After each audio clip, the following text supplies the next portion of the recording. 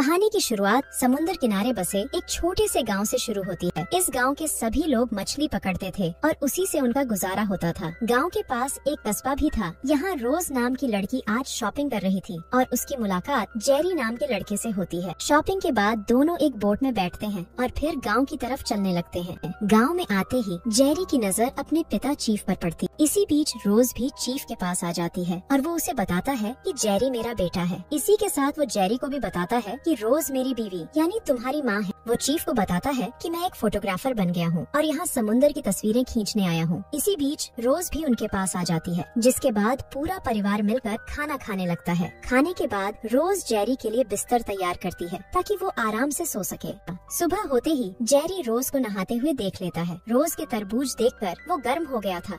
नहाने के बाद रोज घर के काम करने लगी। इसी बीच जेरी उसके पास आकर उसकी तस्वीरें खींचने लगा। रोज उसे तस्वीरें खींचने से रोकती है, लेकिन जेरी उसकी खूबसूरती की तारीफ कर फिर से उसकी तस्वीरें खींचने लग जाता है। दूसरे कमरे में चीफ रोज की गुफा में धमाके कर रहा था। धमाकों के साथ साथ वो रोज को मार पीट भी रहा था। कुछ ही देर बाद दोनों एक बोट में घूम रहे थे। घूमते घूमते रोज जेरी को बताती है कि मेरे माता पिता बचपन में ही मर गए थे। एक बार मैं समुद्र में डूब रही थी, तब चीफ ने मेरी जान बचाई थी, जिसके बाद मैंने उससे शादी कर ली। जल्दी ही दोनों तैरकर गुफा में आ जाते हैं। गुफा में आते ही जेरी रोज को चूमने लगा। जल्दी ही रोज भी गर्म हो जाती है, जिसके बाद जेरी उसकी गुफा में धमाके करने लगता। अगली सुबह तीनों नाश्ता कर रहे थे। चीफ जेरी से पूछता है कि तुम कितने दिनों तक यहाँ रहने वाले हो। जेरी बताता है कि मैं समुद्र की तस्वीरें खींचकर कुछ ही दिनों बाद वापस चला जाऊंगा। कुछ देर बाद चीफ काम पर चला गया था और उसके जाते ही जेरी रोज का पानी निकालने लग जाता है। रात को चीफ जेरी से कहता है कि मैं 3 दिनों के लिए मछली पकड़ने जा रहा हूँ। अगर मौसम साफ रहा तो मैं 3 दिनों बाद ही वापस लौट आऊंगा, लेकिन अगर मौसम बिगड़ गया तो लौटने में मुझे महीना लग सकता है। अगले दिन चीफ तैयार होकर 3 दिनों के लिए चला जाता है। रोज उसे छोड़ने आई थी और चीफ के जाते ही वो जब घर आती है तो जेरी उसे पकड़कर उसका पानी निकालने लगता है। दूसरे दिन जब दोनों कस्बे में घूम रहे थे तो चीफ भी कस्बे में पहुंच जाता है। चीफ दूसरे दिन ही वापस आ गया था। कुछ देर बाद दोनों चीफ की बोट में बैठकर गांव की तरफ जाने लगे।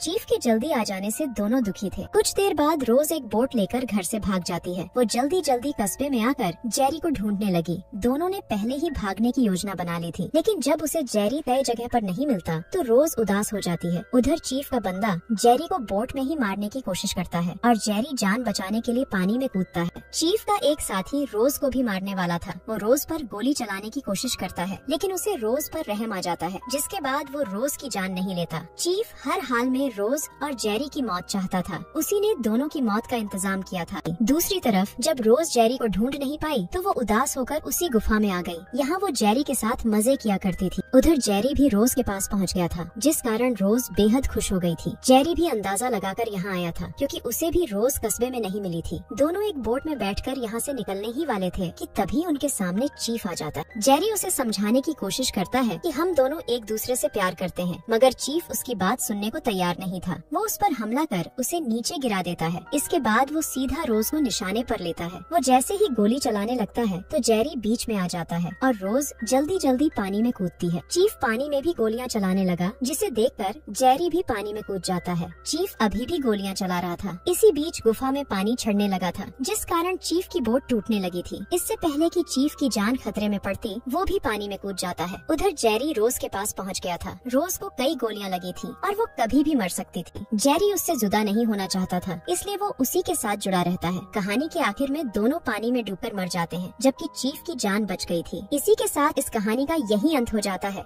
हमारी वीडियो देखने के लिए बहुत बहुत धन्यवाद।